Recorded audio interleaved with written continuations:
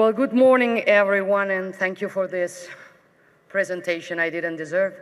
I'm very pleased to be here today in Astana and to take part to this important event of discussion and dialogue promoted by President Tokayev and the Kazakh government.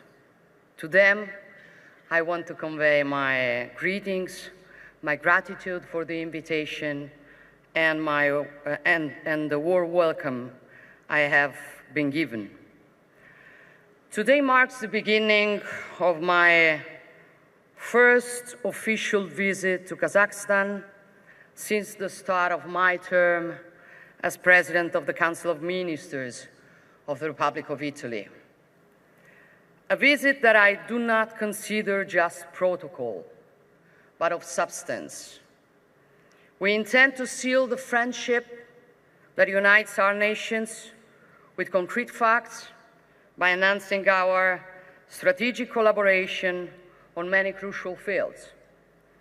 And this visit also marks a historic moment in our relations, the first summit between Italy and the 5 Central Asian nations. I treasure this event, and I wish to thank not only President Tokayev, who agreed to host it, but also President Yaparov, President Ramon, President Berdimuhamedov, and President Mirziyoyev, also for the very special time I had in Uzbekistan. I'm certain it will be a decisive moment to intensify our relations and make them even more sound, long-lasting, and strategic. And this is not a path that begins today, but one we have been pursuing together for some time. Italy was the first nation in the EU to decide to invest in relations with Central Asia and its individual member nations, launching a permanent format in order to share ideas. We have shown the way, and our example has indeed led the path, as proven by the first EU Central Asia Summit last April, which not surprisingly elevated the relations between the region and the European Union to a strategic partnership.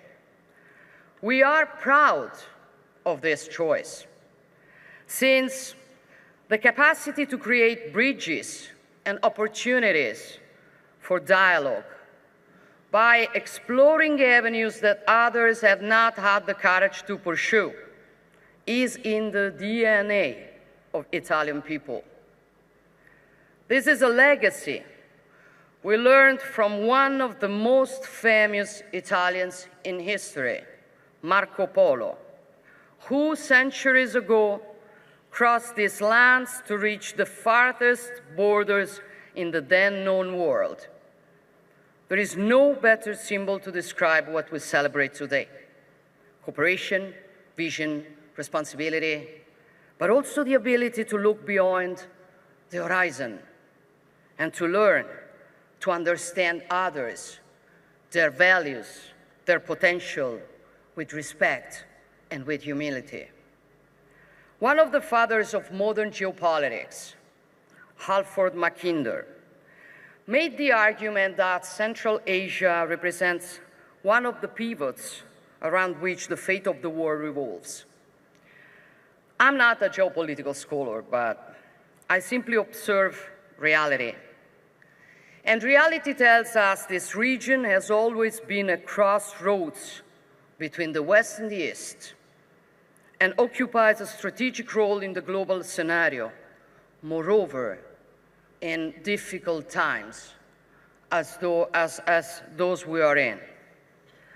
Central Asia has always been a bridge. The transformations and changes this part of the planet has undergone over the centuries have made it what it is today. The hinge between 2 continents, the point of contact between Europe and Asia, the junction between worlds that once were very distant but now are more interconnected than ever. And I know what it means. For I say this as an Italian, as a daughter to a nation that occupies a pivotal position between Europe and Africa, at the very center of that global Mediterranean that casts its relevance far beyond its own geographic space. So I believe there is no better place than here to ponder the connections that bind us and those we can build without fear of going beyond the patterns to which we have been accustomed. That is why new opportunities of cooperation can be created, even among, maybe moreover among, partners who are seemingly far apart and have profoundly different histories. Partners who, however, are capable of seeing the chessboard as a whole and not just a single quadrant that apparently concerns them most closely.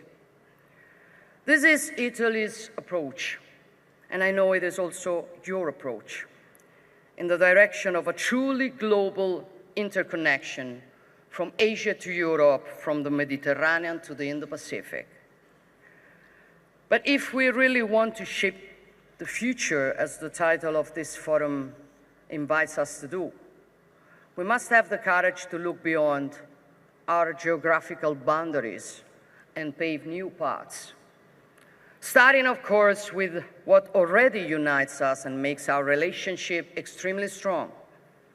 I'm thinking of the energy sector, where our cooperation can help make a difference, both in the more traditional and the more innovative fields, in line with that technological neutrality principle that we are committed to affirm to secure sustainable economic and social systems. I'm also referring to critical raw materials, where our collaboration aims to generate shared benefits and mutual opportunities. I'm not forgetting environmental challenges, as the one in which we are at the forefront of regeneration efforts in the Aral Sea, heritage that it is our task and duty to protect. The Italian Climate Fund is an important tool we would like to harness even more to strengthen further shared projects. Our interconnections also look to digital and physical infrastructures, of which the middle corridor is probably the most promising and fascinating challenge. We strongly believe in enhancing this project, which is at the core of the strategic partnership initiated with the EU in Samarkand, and can make a significant contribution to supply chain security and stability, both to and from Europe. The interdependence of our destinies is a fact.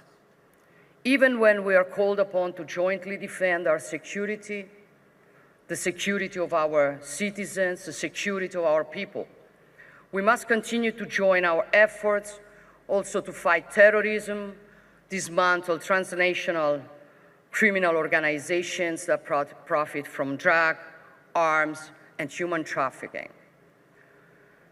So, dear friends, everything around us seems to be changing.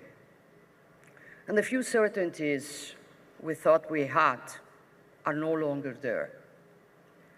In this shifting epoch, the homogeneous blocks of the past no longer exist, and relations between nations are based on new and very often unprecedented patterns. Present times are challenging us, testing each of us, but it is an occasion.